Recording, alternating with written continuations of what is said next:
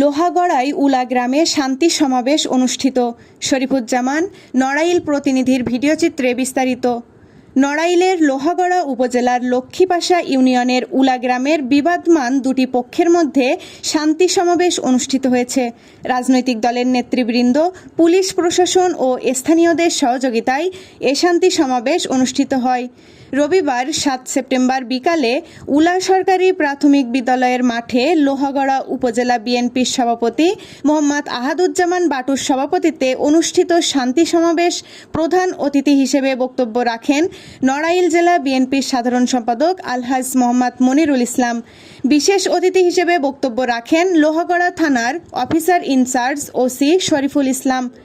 এ সময় উপস্থিত ছিলেন নড়াইল পৌর বিএনপির সভাপতি তেলায়েত হোসেন বাবু, সাধারণ সম্পাদক খন্দকার ফসিয়ার রহমান, লোহাগড়া উপজেলা বিএনপির সাধারণ সম্পাদক কাজী সুলতানুজ্জামান সেলিম, যুগ্ম সাধারণ সম্পাদক জামশেদ আহমেদ, জেলা বিএনপির সাবেক সাংগঠনিক সম্পাদক এস.এম. ফেরদৌস রহমান, তাঁত ও পরিবেশ বিষয়ক সম্পাদক কাজী মুরাদ হোসেন, লোহাগড়া পৌর বিএনপির সভাপতি মিলু শরীফ, সিনিয়র সহসভাপতি মোল্লা নজরুল ইসলাম, সাধারণ সম্পাদক মশিয়ার রহমান শান্টু, পৌর বিএনপির দপ্তর সম্পাদক পলাশ খান, লোহাগড়া উপজেলা যুবদলের সাবেক সাধারণ সম্পাদক খান মাহমুদ আলম, লোহাগড়া পৌর স্বেচ্ছাসেবক দলের আহ্বায়ক সাঈদ আলম শিপলু, সদস্য সচিব মোহাম্মদ ফিরোজ আহমেদ, লোহাগড়া পৌর যুবদলের সিনিয়র যুগ্ম সাধারণ সম্পাদক সোহেল রানা লাক্সমি, প্রচার ও প্রকাশনা সম্পাদক সোহেল রানা, কাশীপুর ইউনিয়ন বিএনপির সাধারণ সম্পাদক নায়েব আলী খান কুবাদ হোসেন, উপজেলা শ্রমিক দলের আহ্বায়ক আক্তার হোসেন মোল্লা,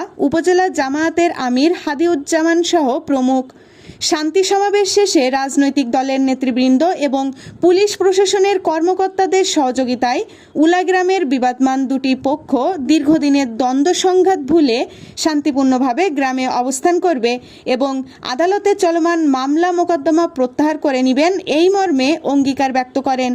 এ সময় উলা গ্রামের খোকন চৌধুরী সহ তার সমর্থকরা এবং প্রতিদ্বন্দ্বী ইউপি সদস্য ওহিদ শেখ সহ তার সমর্থকরা উপস্থিত ছিলেন। এখানে আইন শৃঙ্খলা বাহিনী রয়েছে, এখানে পুলিশ বাহিনী রয়েছে। আমরা যারা এলাকার সমাজপ্রিয় মানুষ, এলাকায় অবিবাদ বিস্তার করতে চান, আপনাদেরকে আমরা 7 দিনের আলটিমেটাম দিয়ে এলাকা ছাড়া করার ক্ষমতা রাখি। আর যদি আপনারা এলাকার শান্তির স্বার্থে, মানুষের মানবতার স্বার্থে হিংসা বিদ্বেষ ভুলে যান, আপনাদেরকে আমরা আমাদের কলিজায় স্থান দিতে চাই। আজকে চিকিৎসা বাবদ শুরু মানবিক বিবেচনায় সালিসের কোনো জরিমানা নয়, কোনো দণ্ড নয়।